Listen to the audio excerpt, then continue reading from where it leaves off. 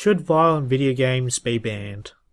This question has been brought up a lot over the last few years, especially in Australia, since Australian games can now be released with an R rating, which is 18+, and the very controversial game Hatred has appeared on Steam and now has been removed.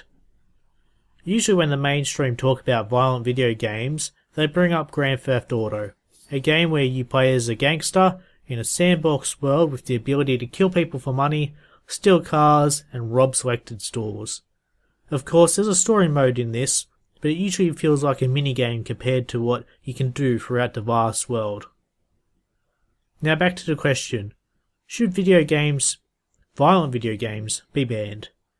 There are tons of games I don't think kids or teenagers should be playing, such as Hatred, which I brought up before, a mass murder simulator, Manhunt, a survival horror game where you execute gang members, and, of course, Grand Theft Auto.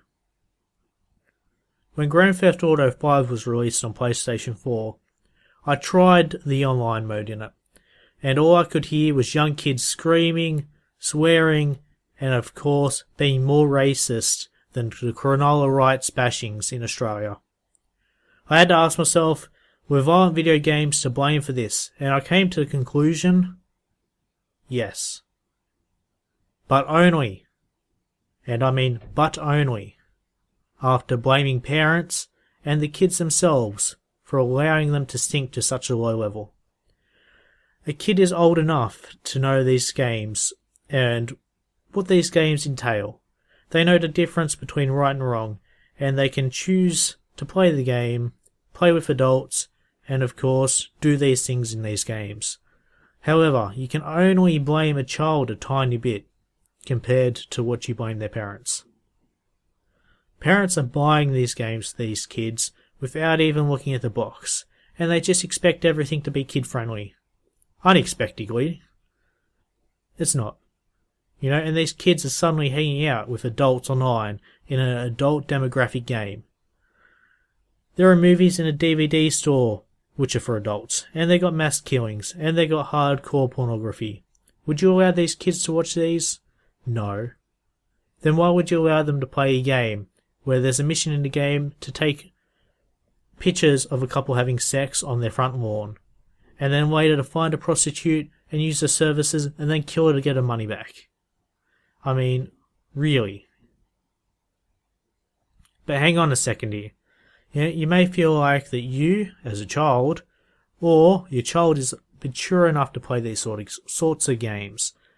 And I'm not going to deny the fact that there are some mature kids who are old enough to play these games. I, for one, played Grand Theft Auto Vice City and San Andreas as a teenager and never had a problem, especially with the thoughts of things that I had done in video games. I knew what was right from wrong, and, it was just fun after all. However, jumping into these online games now, such as Grand Theft Auto, I see these kids and how they act, and what they are saying in-game. I can see video games really have an effect on their thoughts. But it's not just in-game. Walking down the street, you can see these kids, and for a better term or not, they're being arseholes, alright? And they're doing these things which they've seen in video games. They're stealing from shops. You just see it walking through the main shopping centre. And it really brings back to the thought of, should we ban video games? But, what else can we do? Should we give these games, a higher rating and classification?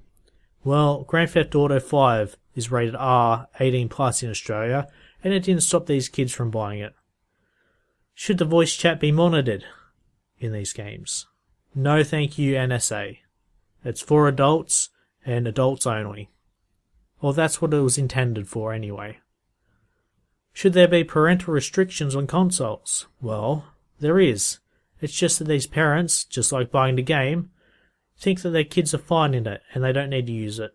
Or they just are unaware that there are parental controls in the console, or might think that they're just going to interfere with the kid playing and they'll always have to put in a passcode.